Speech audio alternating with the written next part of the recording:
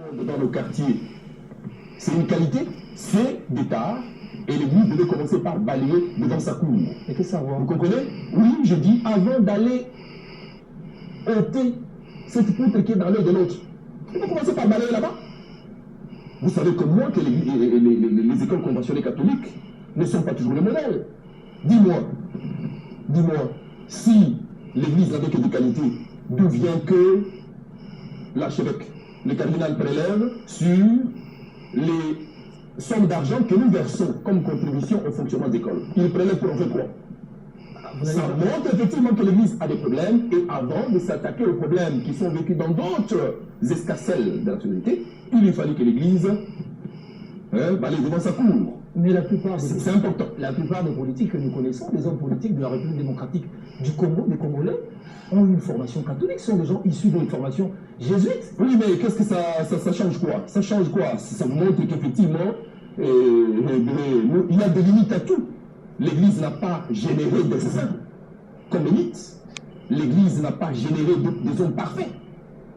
N'est-ce pas? Et donc il y a des problèmes qui nécessitent que l'Église se remette en question et repense d'abord elle-même ses politiques en interne. Alors, il y a des problèmes réels. Avant d'aller s'intéresser à ce qui se passe au gouvernement et ailleurs, l'Église doit d'abord regarder, se mirer pour voir si elle mérite encore d'être conduite de la manière dont elle est conduite. Monsieur Franklin Chavala, est-ce que vous savez que les églises ont été attaquées, des paisibles fidèles qui étaient en prière ont reçu des gaz lacrymogènes pendant les prières, pendant la prière? Ce n'est pas une malédiction pour le pays? Non, il n'y a pas eu attaque du tout, vous avez suivi.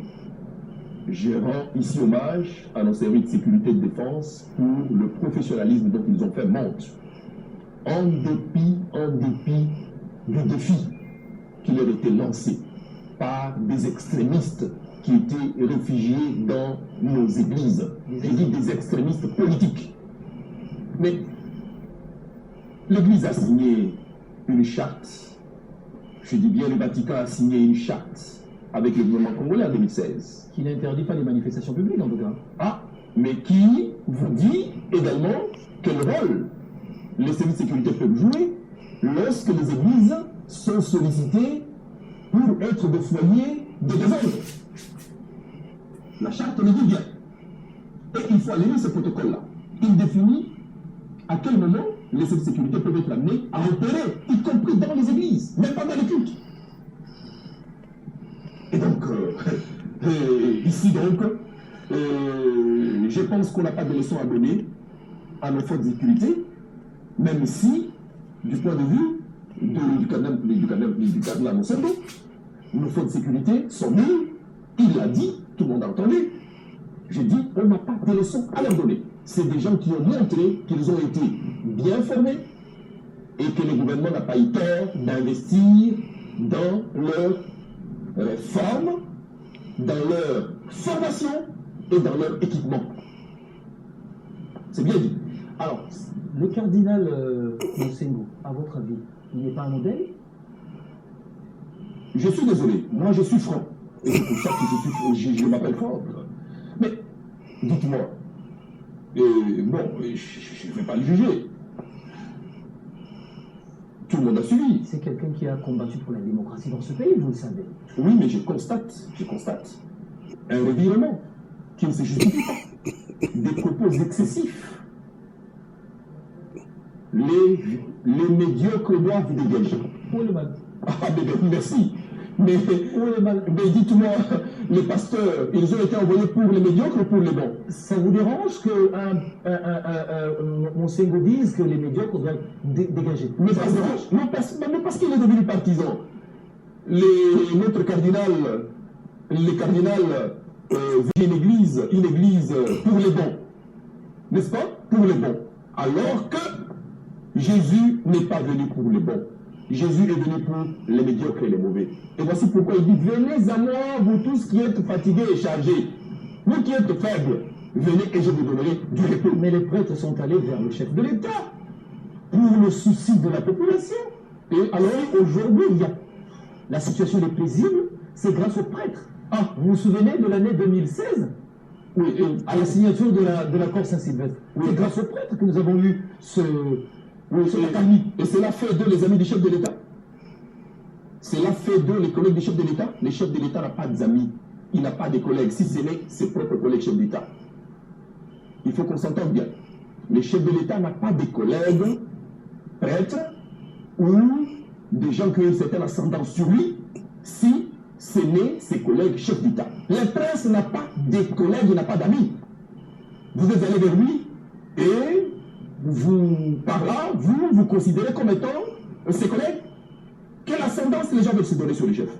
Ils sont prédicateurs d'âmes, et ces âmes sont dans une souffrance extrême. Ah, et ils sont fatigués. Ah ben, voyons. Mais leur train de vie n'a pas changé pour autant. Ont-ils renoncé aux offrandes que nous donnons à l'Église? Ont-ils renoncé à la dîme, aux actions de grâce? Qu'est-ce que ça représente? Qu'est-ce que ça représente? Ont-ils renoncé? Allez poser la question au pasteur. Qu'est-ce que ça représente dans tous les cas, tout le monde connaît comment l'Église est financée. Je donne l'argent à ma mère tous les jours pour la prise en charge des prêtres.